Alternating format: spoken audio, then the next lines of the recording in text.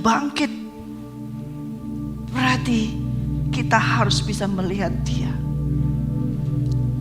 Ketika dia bangkit, dia menampakkan diri kepada murid-muridnya 2000 tahun yang lalu, ya kan? Lalu bagaimana dengan kita sekarang? Apakah Yesus tidak menampakkan dirinya kepada kita? Tidak mungkin, karena kita percaya kepadanya. Amin. Saudara semua percaya kepadanya? Berarti kita semua adalah murid-muridnya, betul? Mengikuti dia, menyangkal diri, memikul salib, dan mengikuti Tuhan. Katakan amin. Jadi yang disampaikan kepada Maria Magdalena, ya, pada saat itu, jangan jamah aku dulu, karena Yesus masih ada di dunia dan dia belum bertemu dengan Bapa. Artinya dia belum naik, dia belum membawa darahnya, dia belum membawa persembahannya, yaitu nyawanya. Dia belum membawa hasil daripada pekerjaannya. Dan dia menjadi masih yang nomor 1, yang sulung. Ingat, yang sulung buah yang kudus, ya, itu yang sulung yang kudus. Dan itu tidak boleh dijamah oleh siapapun. Itu miliknya Tuhan, miliknya Allah Bapa. Yesus pada saat itu tidak boleh dijamah. Padahal Yesus selama dia melayani, dia dijamah oleh orang banyak, dia disenggol oleh orang banyak. Tapi pada saat ketika dia bangkit, saat itu tidak boleh ada orang yang menjamah, ya. Dan setelah dia naik, dia menampakkan diri langsung. Rohnya dia naik, ya. Dia menampakkan diri langsung pada murid-muridnya. Dan setelah itu ada di kitab yang lain, Injil yang lain, setelah ia menampakkan diri kepada Maria Magdalena, dia menampakkan diri kepada murid-murid yang lain. Dan murid-murid yang lain bisa menjamah dia, menyentuh kakinya. Itu setelah dia naik terlebih dahulu. Setelah dia menyerahkan kerajaan ini yang dia ambil dari maut. Kerajaan maut yang dia ambil, dia serahkan kepada Bapa. Kemenangan itu sudah dia berikan kepada Bapa dan dikembalikan kepada Yesus Kristus oleh Bapa. Yesus menerima kuasa tersebut. Dan dia yang sudah menerima kuasa itu, dia serahkan kepada orang-orang yang percaya kepadanya.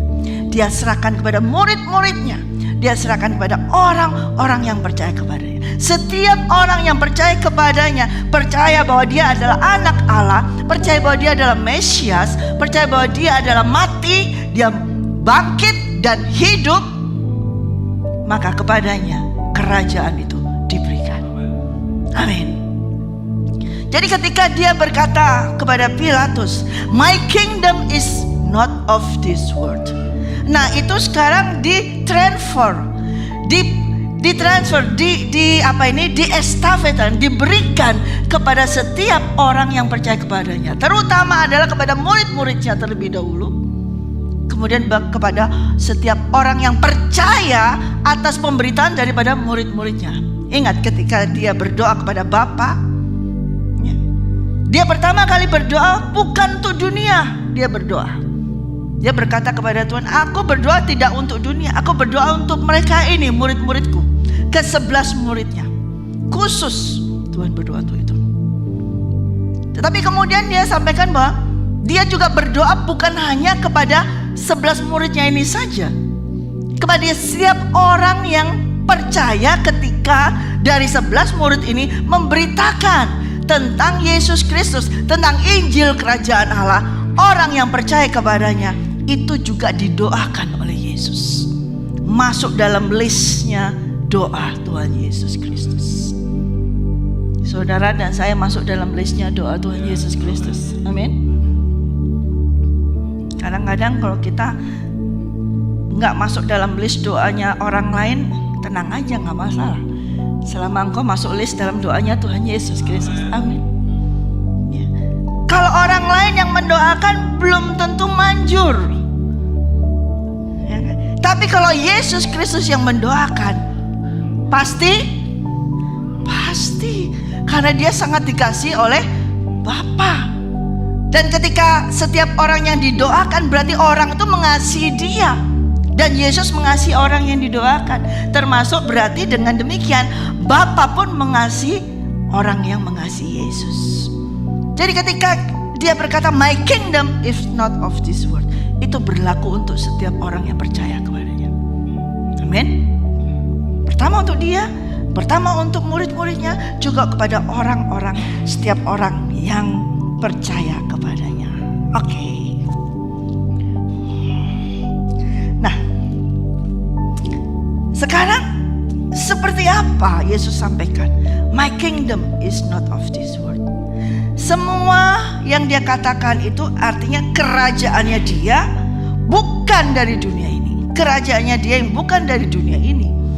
Itu semuanya, yaitu mengenai kerajaan itu sendiri, mengenai sistemnya, ya, mengenai gaya hidupnya, mengenai budayanya, itu tidak berasal dari dunia, bukan asli dari dunia, tapi dari kerajaan surga. Ya. Dari segala sistem keamanannya, dari segala security-nya tidak sama dengan security yang di dunia. Security di dunia, satpam semua pakai apa ini, alat-alat semua ya, seperti apa itu, pistol atau segala ini.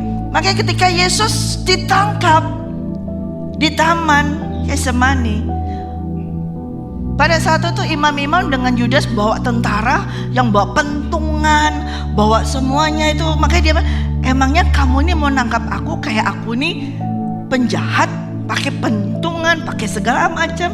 Ya kan, seperti itu. Mereka security-nya hanya di situ dengan alat-alat seperti itu. Ya. Dan bahkan ketika mereka semua sudah mau menangkap Yesus, nah, muncul murid yang paling top. Ya. Marah dia, enak aja.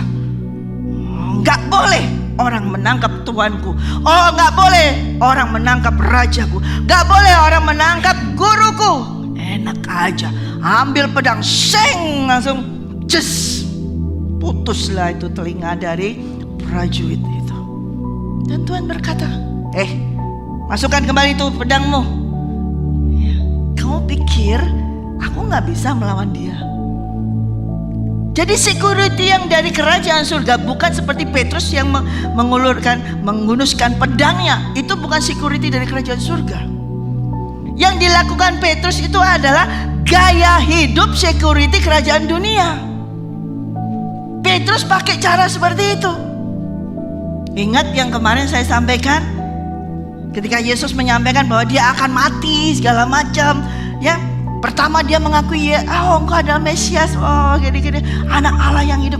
Kemudian kita, aku mau mati loh, aku mau ke Yerusalem loh, harus mengalami penganiayaan. Dia langsung berkata, stop. Tidak akan sekali-kali. Bapa Allah bahwa tidak akan mengendakinya.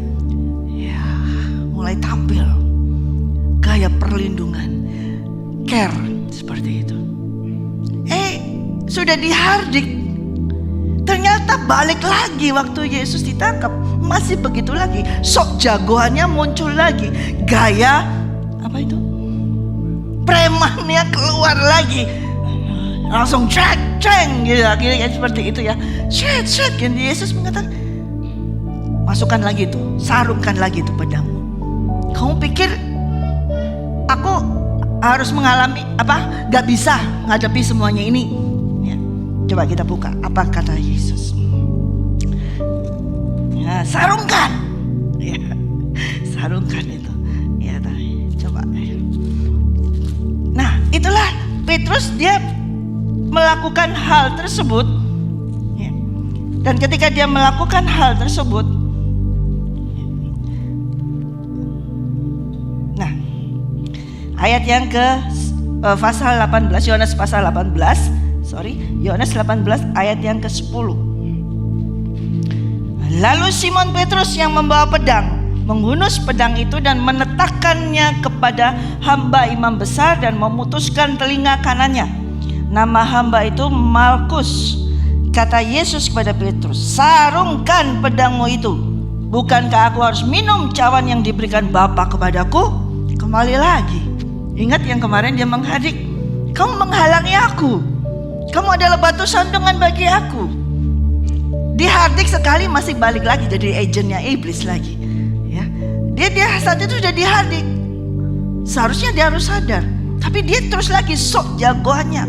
Dan bakalan dia berkata, gak akan, aku akan terus nyawaku mendingan nyawaku yang hilang. Dan Tuhan berkata, sebelum ayam berkokok 3 kali kamu sudah nyangkal aku. Nyawamu, kata Tuhan, yang benar aja. Sebelum ayam berkokok kamu sudah nyangkal aku. Yang tadi unuskan pedang itu sok jagoan seperti itu, ngibrit dihadapin seperti seorang ibu. Kamu kan muridnya dia, padahal ibu-ibu biasa, udah lari. Enggak, bukan aku. Yang tadi sok jagoan mengeluarkan pedang itu, dia lari karena itu. Nah, itulah gaya dunia.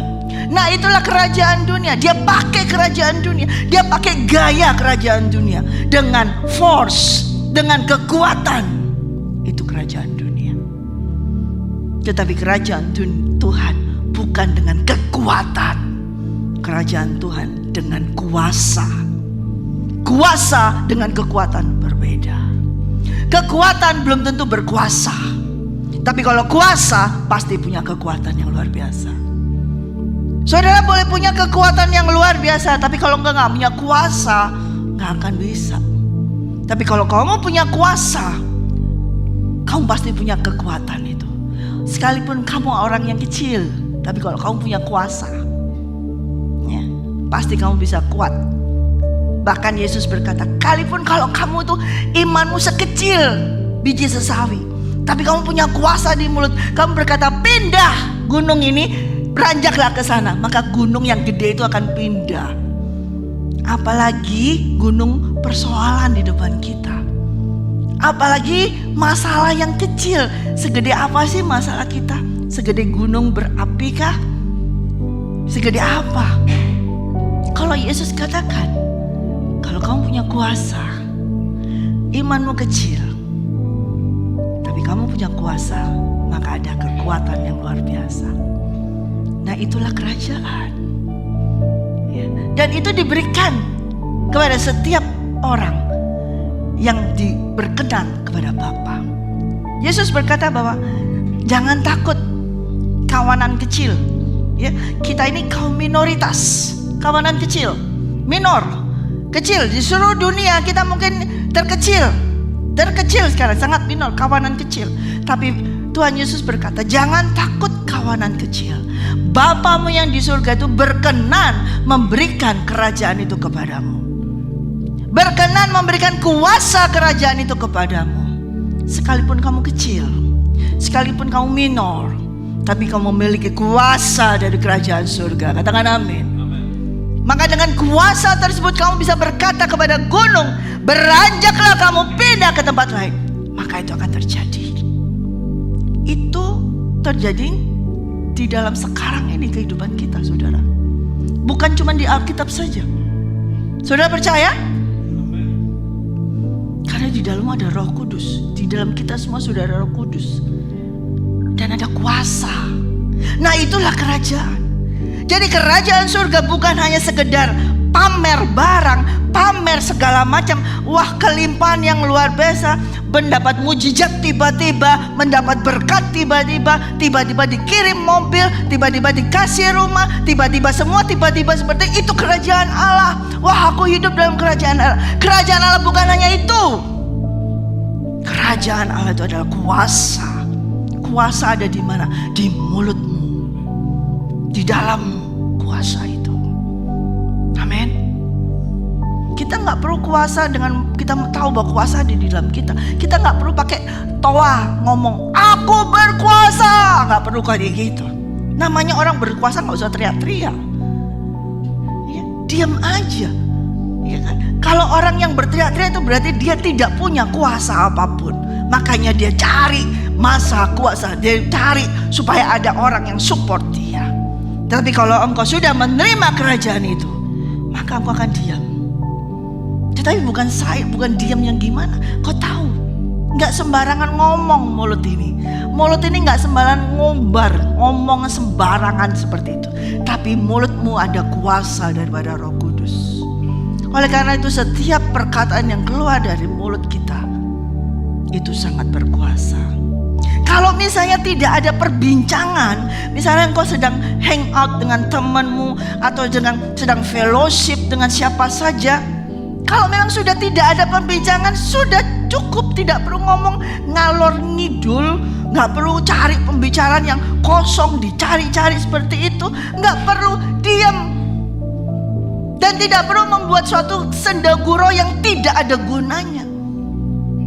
Ini ada kuasa di sini. Jadi kerajaanmu di mana? Di sini, di mulutmu. Kerajaan itu ada di dalam hatimu, dan dia berkuasa kalau dia keluar dari mulutmu. Amin. Haleluya. Amin. Ya, makanya kita hati-hati dengan apa yang keluar dari mulut kita. Ya. Kalau kita ngomong asal saja, asal ngomong apa? Asbun, asal bunyi. Apa itu? Asal mangga, asbun, asal bunyi seperti itu. Wah, berbahaya. Karena di dalam mulutmu, di dalam hatimu ada kuasa. Kalau itu kau keluarkan, maka itu akan keluar seperti melakukan pedang bermata dua. Firman yang harus setiap hari keluar dari mulutmu. Bukan omongan kosong, tapi harus firman Tuhan yang keluar dari mulutmu. Sehingga firman Tuhan itu sendiri akan bekerja dengan sendirinya. Cukup keluarkan. Dan ketika kita menyampaikan firman Tuhan, gak perlu teriak-teriak, gak perlu yang bagaimana seperti itu. Firman Tuhan itu keluar dari mulutmu, dia sendiri akan bekerja. Amin. Karena apa? The kingdom of God is not of this world. Karena kerajaan surga bukan dari dunia ini, dan itu sudah ada dalam kita. Amin. Jadi kita tahu orang kerajaan tuh gimana sih? Saudara pernah ngelihat bangsa apa namanya? Bangsawan atau kerajaan, ya? Bagaimana cara dia membawa dirinya? Bagaimana cara dia berpakaian? Apakah dia berpakaian yang celana sobek-sobek seperti itu? Nggak, pernah lihat nggak Ratu Elizabeth pakai celana sobek-sobek seperti itu? Pernah lihat nggak putri-putri itu kerajaan semua pakai baju yang sobek-sobek semua? Nggak pernah lihat kan? Nggak ada. Karena itu merupakan suatu disgrace, suatu menghina kerajaan tersebut. Dia memakai walaupun sederhana, dia pakaian yang rapi. Mau casual, dia pakai casual tapi yang bagus, rapi sekali. Nah, itu adalah kerajaan. Dari tutur kata, dari cara berbicara, dari cara berpakaian, dari sikapmu berdiri, berjalan, engkau harus menunjukkan bahwa engkau adalah kerajaan itu. Kalau tidak, maka kerajaan itu gak ada kuasanya dalam dirimu. Kamu berarti sama dengan dunia. Kamu masih sama dengan dunia. Sedangkan setiap orang yang sudah menerima Yesus Kristus, sudah menerima Roh Allah, harus ada pembaruan budi, harus ada perubahan. Jangan lagi menjadi serupa dengan dunia. Amin. Harus ada perubahan. Kalau kita masih serupa dengan gaya dunia, berarti engkau bukan dari kerajaan surga. Jelas itu. Anak muda, cara berpakaian trendy ini, sobek-sobek ini, lagi musim. Tidak bisa. Kau harus berdiri tegak di mana kamu berada. Are you the kingdom of God? Kalau kamu kerajaan Allah, tidak memakai pakaian seperti itu. Ingat ketika perumpamaan Tuhan, pengajaran, ada orang yang diundang masuk dalam suatu pesta oleh seorang raja, tapi pakai pakaian seenaknya saja. Rajanya marah kan? Memang dia tuh dapat undangan yang short notice, yang tiba-tiba, suddenly, tiba di jalan, ayo datang loh. Tapi emang yang lain tetap mereka berpakaian yang rapi. Tapi satu orang ini tidak, pakai sandal jepit, pakai celana pendek, short yang pendek sekali, baju kaos yang sudah kumal. Dia pikir masa bodoh keh, siapa sih raja ini? Dia nggak ada kepedulian. Nah itu berarti bukan orang tuh nggak layak, nggak pantas masuk dalam kerajaan surga. Oleh karena itu diusir oleh raja tersebut, suruh pergi keluar. Saudara, jangan main enteng dengan penampilan kita. Bukannya kita terus jadi jaim, Bukannya kita terus jadi gaya yang glamor seperti itu. Tidak. Tetapi engkau harus menunjukkan kamu adalah kerajaan Allah. Itu yang terpenting. Kita ini bukan saja masuk di dalam kerajaan Allah, tapi kita adalah kerajaan Allah itu. Dan selama kita masih tinggal di dunia ini, kalau tadi dikatakan kerajaanmu datanglah, kehendakmu jadilah. Di mana? Di bumi surga. Nah, di bumi siapa yang sekarang di bumi? Yesus ada di mana? Yang di bumi siapa? Saudara kita semua. Berarti kita ini adalah kerajaan Allah itu. Amin.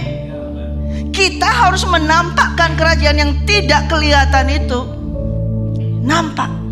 Bukan lewat kemewahan, bukan lewat gaya hidup yang glamor, bukan lewat segala apa yang kau miliki itu nomor satu, semuanya the best. Bukan itu. Tetapi harus ada suatu budaya. Saya sudah ajarkan itu, betul kan? Budaya kerajaan Allah saya sudah ajarkan itu. Ada budayanya, ada gayanya kerajaan. Nggak sembarangan. Mau pakai pakaian apa saja, ada stylenya, ada gayanya, ada aturannya. Nah, itu jelas Yesus katakan, aturan kerajaanku bukan dari dunia ini. Sistem kerajaanku bukan dari dunia ini. Termasuk pengawalan, termasuk security. Itu bukan gaya dunia. Gaya dunia adalah dengan kekuatan. Orang yang terkuat, dialah orang yang paling aman. Ya, ada rumah yang dikelilingi security banyak, oh aman, sudah aman. Ya. Tapi Tuhan Yesus mengatakan bahwa keamanannya dia bukan berdasarkan dari dunia.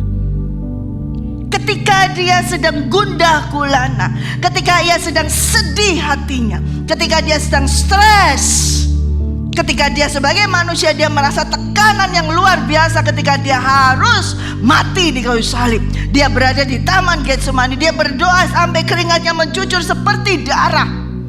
Ketika saat dia stres seperti itu, murid-muridnya tepar semua tidur, disuruh jaga, gak kuat, berdoa 1 jam saja gak kuat. Sedangkan Yesus berdoa 3 jam terus menerus dalam roh, bahasa roh. 1 jam gak kuat bahasa roh, tepar, tidur, krok, ngorok semua seperti itu. Sampai Yesus berkata, kamu gak kuat ya doa 1 jam saja? Nah, dia mau ngajak murid-muridnya untuk menjaga dia, untuk support dia. Tapi ternyata yang dari dunia ini yang belum dikuasai, diberi isi dengan kerajaan surga, tepar semua. Sampai akhirnya kerajaan surga mengirim malaikatnya sendiri. Dan malaikat itu yang menguatkan dia. Bukan dari murid-muridnya dia bisa punya kekuatan. Dari kerajaan surga, dari Bapaknya. Kerajaan surga tahu anaknya ini, rajanya ini butuh kekuatan. Di saat seperti itu dia butuh kekuatan. Di dunia tidak ada yang bisa menolong, tidak ada yang bisa membantunya. Murid-murid yang selama ini mengikuti dia juga tidak bisa menolong dia, membantu dia, nggak bisa. Hanya kerajaan surga yang bisa. Oleh karena itu Bapa langsung kirim malaikatnya untuk menguatkan dia. Itu menunjukkan bahwa my kingdom is not of this world. Kerajaanku bukan dari dunia ini. Yesus sudah menyatakan itu jauh sebelum dia mengungkapkan kepada Pilatus. Dia sudah menyatakan kerajaannya bahwa bukan dari sini. Dari semua itu dia tunjukkan. Dari penjagaan, keamanan, semuanya. Bahwa kerajaanku itu yang menjaga aku. Ketika semua melarikan diri, meninggalkan aku, Bapa tidak meninggalkan aku. Itu membuktikan kerajaan Allah luar biasa. Ketika nanti kita masuk dalam masa-masa di depan, masa depan ke depan ini, mungkin ada banyak orang yang akan meninggalkan engkau. Mungkin kau akan ditinggalkan sendiri. Mungkin kita akan ditinggalkan sendiri. Tetapi ingat, Bapa kita di surga, Raja kita di surga, tidak akan pernah meninggalkan kita. Amin. Dia akan mengirim. Kalau dia tahu kalau kita butuh pasukan, dia akan kirim pasukannya. Amin. Kalau dia tahu bahwa kita dalam keadaan bahaya, dia akan kirim malaikatnya untuk menjaga kita. Karena kerajaan kita bukan dari dunia. Amin saudaraku. Jadi ini yang penting. Kesadaranmu bahwa engkau adalah kerajaan itu yang penting. Jadi kerajaan ini bukan sesuatu yang hanya tulisan di Alkitab. Kerajaan Allah ini bukan hanya sesuatu slogan atau kerajaan Allah. Oh itu di sana loh, nggak kelihatan, nggak ada. Kerajaan Allah itu nanti kalau kamu mati masuk dalam kerajaan Allah. Nggak mungkin bisa kalau kamu mati, kamu masuk kerajaan Allah. Kalau selama kamu hidup tidak masuk dalam kerajaan Allah. Saya ulang. Ketika kamu mati, kamu tidak akan bisa masuk kerajaan Allah. Selama kamu hidup, kamu tidak masuk di dalam kerajaan Allah. Tetapi untuk bisa masuk ke dalam kerajaan Allah, kamu harus mati. Bingung kan? Bukan pada saat nanti kamu mati, kamu baru masuk kerajaan Allah. Tapi pada saat kamu hidup, kamu harus masuk dalam kerajaan Allah. Tapi untuk masuk dalam kerajaan Allah, kamu harus mati. Artinya kamu harus mati ke daginganmu. Mati ke dagingan. Yang hidup adalah manusia roh. Ini saat ini manusia roh. Coba senggol kanan kiri. Lu manusia roh bukan? Lu manusia roh bukan? Nah, siapa yang manusia roh? Nah, ini manusia roh. Kita bukan manusia daging. Kenapa manusia roh? Sejak awal kita diciptakan seperti Tuhan menciptakan Adam dan Hawa, hanya dihembusi dengan rohnya, maka dia menjadi makhluk hidup. Dia adalah manusia roh. Saudara dan saya semua umat manusia, mau percaya Yesus mau enggak, mereka semua adalah manusia roh. Terima Yesus atau tidak, seluruh umat manusia yang di dunia ini, seluruh manusia di dunia ini, mau agama apa saja, mereka semua adalah manusia roh. Amin. Bedanya yang di dalam dia rohnya siapa, itu saja. Ada 3 roh. Roh iblis, roh manusia, dan roh Allah Bapa. Kalau di dalam roh manusia kita, yang nomor 1 berdominan adalah roh iblis, ya kamu akan dikuasai oleh iblis. Dan kamu adalah menjadi masuk ke dalam kerajaan iblis, kerajaan kegelapan, kerajaan maut. Tetapi bila kamu di dalam manusiamu, roh manusiamu dikuasai oleh roh Allah, pasti otomatis kamu masuk dalam kerajaan surga, kerajaan Allah. Amin. Jadi semua itu hanya di dunia ini sama. Hanya 2 pilihan, iblis atau Tuhan. Tidak ada punya aku diri sendiri. Oh tidak. Loh saya kesini loh, nggak ke situ loh.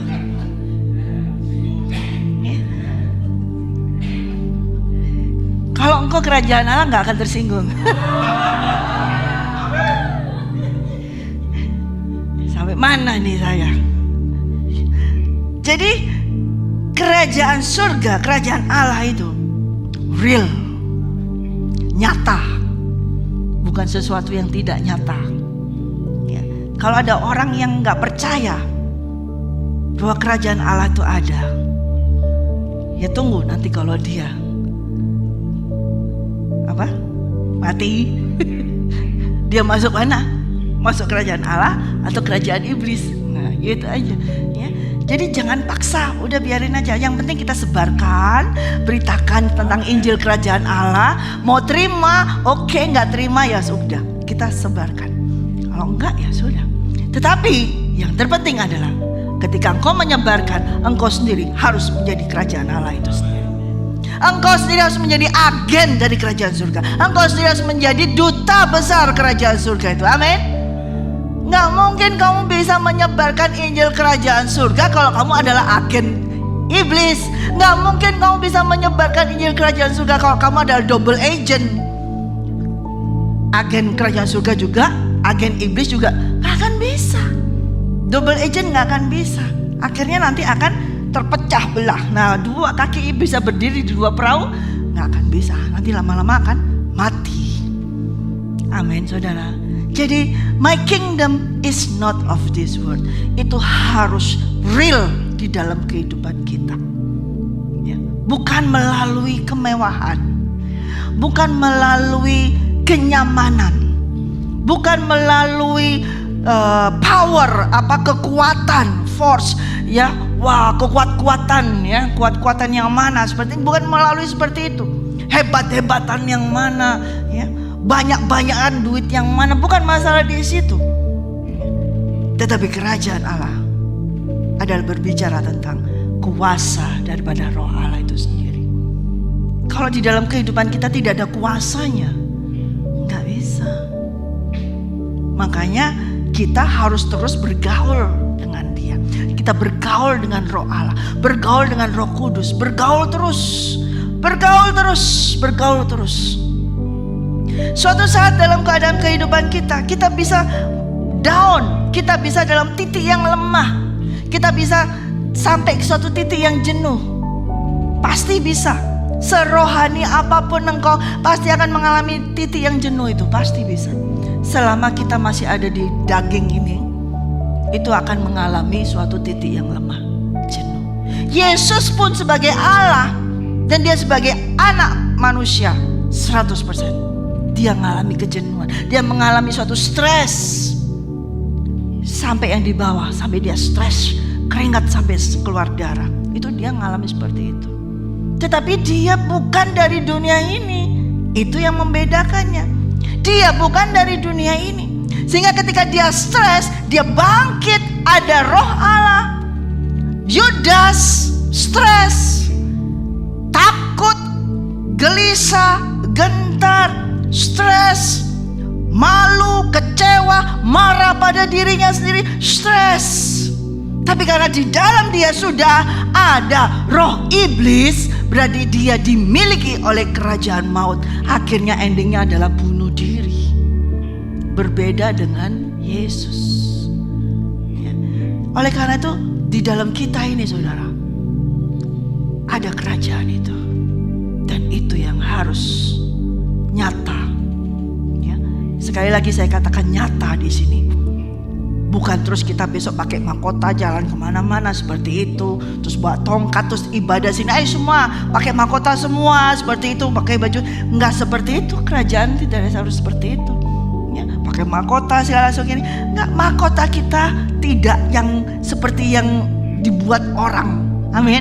Mahkota kita adalah mahkota abadi yang kekal dari Tuhan. Amin. Jadi kalau kita adalah kerajaan itu, sikap kita juga harus adalah kerajaan. Enggak cengeng kerajaan itu, enggak loyo kerajaan itu, enggak gampang tersinggungan kerajaan. Raja itu enggak gampang tersinggungan ya. Raja itu tahu aku punya, mau diambil ambillah. Raja itu tahu. Yesus ketika mau diambil nyawanya, ambillah. Nyawanya dia mau diambil, ambil. Dia tahu sebab kerajaannya dia tahu bahwa bapaknya dia bisa memberikan nyawanya itu kembali. Dia tahu itu. Jadi kalau saudara kita akan mengalami ancaman, mau dibunuh, mau diinikan, jangan takut. Yesus berkata, jangan takut kepada orang yang bisa membunuh tubuh saja. Lebih takutlah kepada Dia yang bisa membunuh jiwa. Itu yang lebih kita harus takuti. Kalau manusia, kekuatan manusia hanya bisa membunuh tubuh kita, tapi mereka nggak bisa membunuh roh kita. Amin. Seperti Yesus. Yesus mati terbunuh di kayu salib, tapi rohnya hidup, bangkit dan hidup. Amin. So katakan, kerajaanku bukan dari dunia ini. Kerajaanku dari surga. Haleluya. Amin.